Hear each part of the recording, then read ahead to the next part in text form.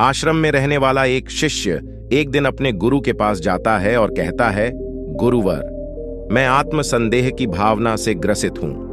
मैं अपने ऊपर विश्वास नहीं कर पाता। मैं अपनी योग्यताओं और क्षमताओं पर भी विश्वास नहीं कर पाता।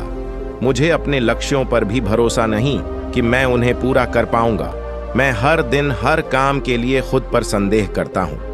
कई बार मेरे आसपास के लोग मुझे प्रोत्साहित करने का प्रयास करते हैं कि मैं योग्य हूं और कुछ भी कर सकता हूं, लेकिन मुझे उनकी बातों पर भी संदेह होता है।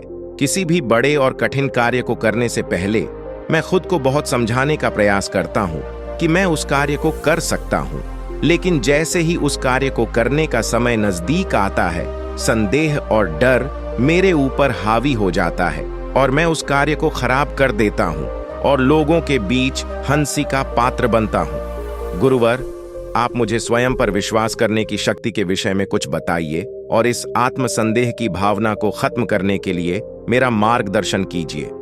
गुरु ने अपने शिष्य की बात पूरे ध्यान से सुनी और फिर कहना शुरू किया, अगर तुम्हें अपनी बात दुनिया को जीतना है या फिर बाहरी दुनिया में कुछ भी हासिल करना है, तो सबसे पहले तुम्हें अपनी आंतरिक दुनिया को जीतना होगा। और खुद की आंतरिक दुनिया को जीतने के लिए तुम्हें अपने अंदर की विश्वास प्रणाली को मजबूत बनाना होगा, क्योंकि जब तक तुम खुद पर विश्वास करना नहीं सीखते, तब तक तुम्हारे आसपास के लोग भी तुम पर विश्वास नहीं करेंगे। एक बात हमेशा याद रखो, दूसरे लोग तुम पर विश्वास करें या ना करें, तुम्हें अपने ऊपर विश्वास होना चाहिए, क्योंकि अगर दूसरे लोगों को तुम पर विश्वास नहीं है पर तुम्हें अपने ऊपर विश्वास विस है कि मैं कुछ अच्छा कर सकता हूं, तो यह तुम्हारे लिए बहुत है। हम इंसानों के पास एक बहुत ही अच्छी शक्ति है और वह है विश्वास करने की शक्ति। हर अलग अलग इंसान हर परिस्थिति को अपने नजरिए से देखता है और यही वह शक्ति है। जिस तरह से हमारे विश्वास होंगे, उसी नजरिए से हम अपने आसपास की घटनाओं को देखेंगे और हमारा आत्मविश्वास भी उसी तरह का होगा। इसे एक छोटी सी कहानी से समझो। एक बार एक राजा ने 2 पक्षी खरीदे। फिर उसने अपने माली से कहा कि वह इन दोनों पक्षियों को उड़ना सिखाए। कुछ दिनों बाद माली ने देखा कि उन दोनों में से एक पक्षी ने उड़ना सीख लिया, लेकिन दूसरा पक्षी उड़ नहीं पा रहा था। वह पक्षी बस एक पेड़ की डाली पर बैठा रहता था। माली उस पक्षी को उड़ाने की बहुत कोशिश करता था, लेकिन कोई भी फायदा नहीं हुआ। एक दिन जब दोनों पक्षियों को आसमान में उड़ते राजा ने देखा, तो वह बहुत आश्चर्य में पड़ गया। उसने माली से पूछा कि तुमने ऐसा कैसे किया? इनमें से केवल एक ही पक्षी उड़ता था, दूसरा बिल्कुल भी नहीं उड़ता था। तो तुमने दूसरे पक्षी को उड़ना कैसे सिखाया? माली ने उत्तर दिया कि मैंने उसे उड़ाने के बहुत ज्यादा प्रयास किए, लेकिन वह फिर भी नहीं उड़ा। इसलिए मैंने उस डाली को ही काट दिया जिस पर वह बैठा रहता था। उस दिन के बाद से धीरे धीरे उसने उड़ना सीख लिया। कहानी खत्म करने के बाद गुरु ने कहा कि यही हालत इंसान की भी है। इंसान अपने दुखों से और अपनी परेशानियों से चिपका रहता है। वह अपने आराम क्षेत्र में बैठा रहता है और फिर कहता है कि मैं यह नहीं कर सकता। अगर तुम किसी चीज के लिए प्रयास करोगे ही नहीं, अगर तुम आगे अपना काम करोगे ही नहीं, तो फिर तुम्हें परिणाम भी नहीं मिलेंगे। ज्यादातर लोग बस बैठे रहते हैं और फिर यह सोचते हैं कि उन्हें विश्वास करने और सोचने से सब कुछ मिल जाएगा, लेकिन ऐसा नहीं है। अगर तुम्हें विश्वास है कि तुम कुछ अच्छा कर सकते हो, तो तुम्हें काम भी करना पड़ेगा। याद रखो, अपने आराम क्षेत्र में फंसे रहना और सिर्फ सोचते रहना हमारी जिंदगी को बर्बाद करता है। जब भी किसी इंसान की जिंदगी में कुछ बुरा होता है, तो वह नकारात्मक सोचना शुरू कर देता है और उस समय उसका स्वयं पर बिल्कुल भी नियंत्रण नहीं होता है। फिर वह ना तो स्वयं पर विश्वास करता है, ना दूसरे लोगों पर विश्वास करता है और ना ही इस ब्रह्मांड की शक्ति पर विश्वास करता है, और यही उसकी सबसे बड़ी गलती है। ऐसी परिस्थिति में इंसान सिर्फ 2 चीजें कर सकता है। पहली, या तो वह हार मान ले और उस दुख को और उन विश्वासों को स्वीकार कर ले और खुद पर, लोगों पर, वह ब्रह्मांड पर विश्वास करना बंद कर दे, या फिर वह इस दुख को खत्म करने का रास्ता ढूंढे। उस समय उसके पास इन 2 रास्तों के अलावा कोई तीसरा रास्ता नहीं होता। अगर तुम अच्छा सोचोगे, अगर तुम नकारात्मक सोचोगे, तो उससे होगा यह कि तुम्हारा दिमाग तुम्हारी समस्याओं का समाधान खोजना शुरू कर देगा।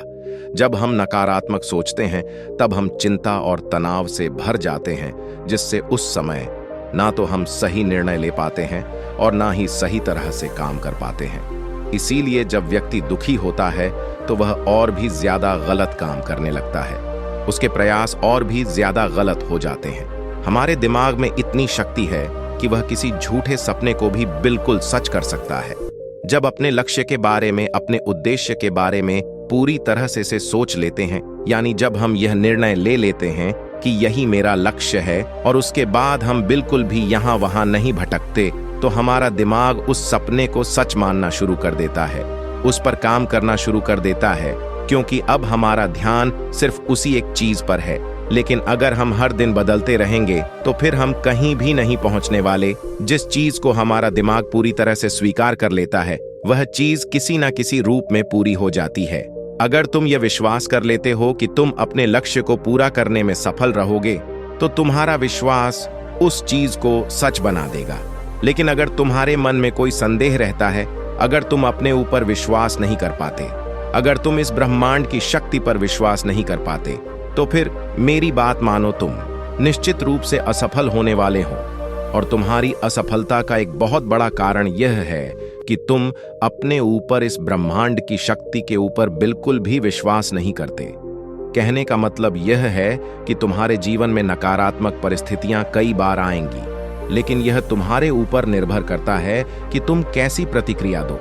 या तो तुम थोड़ी देर के लिए दुखी होकर उसके बाद यह समझ सकते हो कि मुझे अच्छा सोचना है, तब मैं इस समस्या का समाधान खोज सकता हूं, या फिर तुम नकारात्मक सोच सकते हो, बहुत ज्यादा नकारात्मक सोच सकते हो और धीरे धीरे उस चीज को एक चिंता बना सकते हो और अपने ऊपर इतना ज्यादा दबाव और तनाव बना सकते हो, जिसकी वजह से तुम्हारे अंदर बहुत सारी शारीरिक और मानसिक बीमारियां पैदा हो सकती हैं।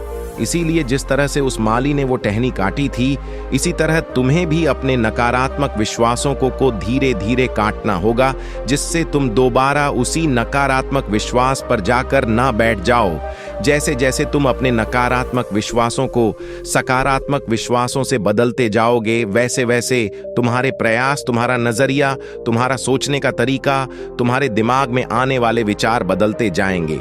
अब यहाँ पर एक सबसे जरूरी समझने वाली बात यह है कि तुम्हारी भावनाएं तुम्हारे लिए एक सबसे बड़ा हथियार हैं। जब तुम अपने जीवन में किसी लक्ष्य को तय करते हो, उसके बारे में सोचते हो, तब वहां पर भावनाओं को जोड़ना बहुत ज्यादा जरूरी होता है, क्योंकि हमारी भावनाओं में बहुत ज्यादा शक्ति होती है। जब हम अपनी इच्छा को, भावनाओं को, विचारों को सही दिशा में जोड़ते हैं, उन्हें सही दिशा में लगाते हैं, तब हमारी जिंदगी में सकारात्मक बदलाव आना शुरू होता है। अगर तुम ऐसे लक्ष्य तय करते हो जहां पर तुम्हारी भावनाएं सही जगह पर जा रही हैं, तो तुम हमेशा उत्साहित रहने लगते हो और लंबे समय में तुम्हारी भावनाएं उससे जुड़ने लगती हैं। लेकिन अगर तुम्हें अपनी भावनाओं का सही फायदा लेना है, तो सबसे पहले तुम्हें अपने अवचेतन मन को सही तरीके से प्रशिक्षित करना होगा, क्योंकि जो भी बार बार दोहराने पर तुम्हारे अवचेतन मन में जाएगा, उसी से तुम्हें अपनी भावनाओं को जोड़ना है। और तुम्हारी भावनाएं जब उससे जुड़ जाएंगी, तब धीरे धीरे तुम्हारी वास्तविक दुनिया में भी वह चीजें प्रकट होने लगेंगी। गुरु ने आगे कहा, एक बार यात्रा के दौरान मैं एक बहुत बड़े व्यापारी से मिला। उस व्यापारी ने मुझे बताया कि कैसे उसने अपना व्यापार एक छोटी सी दुकान से शुरू किया था और उसने बहुत बड़े बड़े सपने देखे थे। वह हर दिन बहुत बड़े बड़े सपने देखता था। वह सोचता था कि उसका एक बहुत बड़ा व्यापार होगा जिसकी शाखाएं पूरे देश में होंगी। वह अपनी कल्पना में बड़ी बड़ी दुकानें, बहुत से कर्मचारी, नौकर चाकर, बड़ी बड़ी कोठियां, घोड़ा गाड़ी इत्यादि के चित्र देखता था और वह हर दिन इसको बार बार करता था और पूरे अनुशासन के साथ करता था और बिल्कुल संतुलित कल्पना शक्ति के साथ करता था। वह जानता था कि नियमित, संतुलित और अनुशासित कल्पना से वह अपने सपनों को सच कर सकता है। इसकी वजह से वह अपने अंदर एक चमत्कारिक ऊर्जा को महसूस करता था। जब उसने ऐसा करना शुरू किया तो धीरे धीरे वह और भी ज्यादा सफलता की तरफ बढ़ने लगा। वह ब्रह्मांड के आकर्षण के नियम से अपनी मनचाही चीजों को अपनी ओर आकर्षित करने लगा। उसने अपनी कल्पना शक्ति का और आकर्षण के नियम का प्रयोग करके अपने सारे सपनों को हकीकत में बदल लिया। उसने वह सब कुछ पा लिया जो उसे अपनी जिंदगी में चाहिए था। गुरु ने आगे कहा कि उस व्यापारी ने मुझसे एक बहुत अच्छी बात कही थी कि जितना आसान खुद की असफल रूप में कल्पना करना है, उतना ही आसान खुद की सफल रूप में कल्पना करना भी है। बस फर्क हमारी सोच और कल्पना का है कि हम क्या कल्पना करेंगे। यह पूरी तरह से हमारे ऊपर निर्भर करता है। याद रखो, भावनाएं ही शक्ति का स्रोत है। इसीलिए परिणाम हासिल करने के लिए तुम्हें अपनी कल्पना शक्ति को भावनाओं से जोड़ना पड़ेगा। अपने लक्ष्य को अपनी भावनाओं से जोड़कर उन्हें शक्तिशाली बनाना होगा। अपने लक्ष्य को बार बार मत बदलो, उन्हें एक बार निश्चित कर लो। उन्हें अपनी कल्पनाओं में पूरा होता हुआ देखो और उनसे अपनी भावनाओं को जोड़ना शुरू करो। उनके लिए सकारात्मक रहो और फिर बस उनके प्रति ईमानदार बने रहो। धीरे धीरे तुम्हारे सारे नकारात्मक विश्वास, तुम्हारे सारे डर खत्म होने लगेंगे। समस्याएं तब भी आएंगी, लेकिन तब तुम उनके समाधान उतने ही अच्छे तरीके से निकालोगा। यह फायदा है जब हम अपने ऊपर विश्वास करते हैं, जब हम सकारात्मक कल्पना करते हैं और जब हम उस कल्पना से अपनी भावनाओं को जोड़ देते हैं। इसीलिए आज से, अभी से अपने मन में नियंत्रित और सकारात्मक कल्पना करना शुरू करो। अपने मनचाहे परिणाम को अपनी कल्पना में बनाओ। ये तुम्हारे नियंत्रण में है। तुम अपनी कल्पना में खुद को असफल होते हुए भी देख सकते हो और सफल होते हुए भी देख सकते हो। ये तुम्हारे हाथ में है। तुम जैसा देखोगे और जिस चीज पर विश्वास करोगे, जिस चीज को महसूस करोगे, वह वास्तविकता बनती जाएगी। तुम आज जितने भी सफल लोगों को देखते हो, उन सब में एक बात समान है कि वह सभी लोग समझते हैं कि एक सही मानसिक नजरिया का महत्व कितना ज्यादा है। सही मानसिक नजरिया होना इसीलिए जरूरी है क्योंकि अगर तुम्हारे अंदर सही सोच नहीं है, अगर तुम्हारा नजरिया सही नहीं है, फिर चाहे तुम्हारे अंदर कितनी ही प्रतिभा हो, चाहे तुम कितने ही अच्छे से काम करो, तुम अच्छे परिणाम नहीं ला सकते। उदाहरण के लिए मान लो एक व्यापारी है, वह अपने काम से खुश नहीं है। वह हर दिन अपने काम के लिए खुद को कोसता है, हर दिन अपने मालिक को कोसता है, हर दिन अपने वेतन को कोसता है। फिर जब वह काम पर जाता है तो अच्छा मानसिक नजरिया ना होने की वजह से वह ग्राहकों से अच्छा व्यवहार नहीं कर पाता, जिसकी वजह से उसकी बिक्री कम होती है। वहीं पर एक दूसरा व्यापारी है जो अपनी नौकरी से बहुत खुश है, जो यह विश्वास रखता है कि अगर वह अच्छा काम करेगा, अच्छा सोचेगा, अच्छा व्यवहार करेगा तो उसको और अच्छे परिणाम मिलेंगे। ऐसा सोचने की वजह से, ऐसा महसूस करने की वजह से वह अपने ग्राहकों के साथ और अच्छा व्यवहार करता है, जिसकी वजह से उसकी और ज्यादा बिक्री होती है। तो ये फर्क होता है मानसिक नजरिए का। तुम एक ही परिस्थिति में दो लोगों को अलग अलग तरीके से काम करते देख सकते हो। अगर उन दोनों का मानसिक नजरिया अलग अलग है। सही मानसिक नजरिया का मतलब है कि लोगों को, परिस्थितियों को और चीजों को तुम कैसी प्रतिक्रिया देते हो। अक्सर लोग अपने मन के अनुसार बात करते हैं, कभी गुस्से में बात करते हैं, कभी प्यार से बात करते हैं। पर तुम्हें कितना फर्क पड़ता है?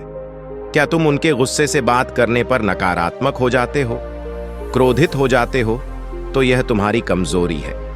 उसी तरह अलग अलग परिस्थितियों और घटनाओं पर तुम कैसी प्रतिक्रिया देते हो।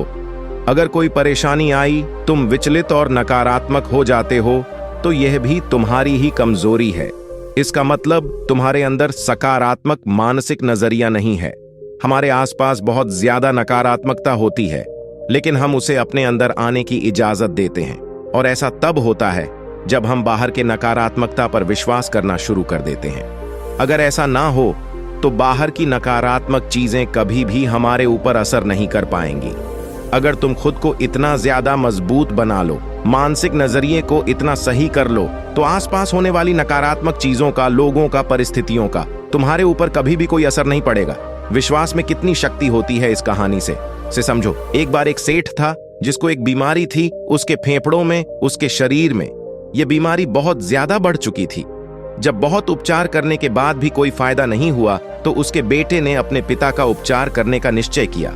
उस सेठ का बेटा एक जगह पर गया और जब वहां से वापस आया तो उसने अपने पिता से कहा, मैं एक बड़े प्रसिद्ध साधु से मिला था जिसने मुझे यह ताबीज दी है, पर इसके बदले उसने मुझसे 50 सोने के सिक्के लिए हैं। लेकिन सेठ के लड़के ने उस ताबीज को एक बाजार से खरीदा था।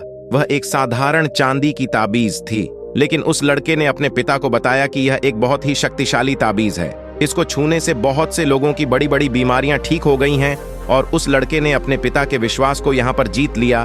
उसके पिता ने ताबीज को उसके हाथ से लिया और प्रार्थना करने लगा, और वह प्रार्थना करते करते ही सो गया। अगली सुबह सब हैरान रह गए जब चिकित्सकों ने निरीक्षण करके यह बताया कि अब वह बिल्कुल ठीक हो चुका है। अब तुम मुझे बताओ कि वह इंसान ठीक कैसे हुआ, उस ताबीज से या फिर अपने विश्वास की शक्ति से? उसका विश्वास और उसकी भावनाएं एक दूसरे से जुड़ गए और वह बिल्कुल ठीक हो गया। उसको कभी भी यह पता नहीं चला कि उसके साथ यह प्रयोग किया गया था। अगर उसे पता चल जाता तो वह दोबारा से बीमार पड़ जाता। वह पूरी तरह से स्वस्थ रहा और फिर उसके बाद कई सालों तक जीवित रहा। विश्वास में कितनी ज्यादा शक्ति होती है, यह तुम इस सच्ची कहानी से समझ सकते हो। यह विश्वास ही है जिसकी वजह से लोगों की जिंदगी में बड़े बड़े बदलाव आए हैं, और तुम भी विश्वास की शक्ति का प्रयोग कर सकते हो। इसकी शक्ति से जीवन में कुछ भी हासिल कर सकते हो, क्योंकि विश्वास से कुछ भी किया जा सकता है। आज की इन बातों और कहानियों से तुम्हें समझ आया होगा कि विश्वास कितना ज्यादा शक्तिशाली है।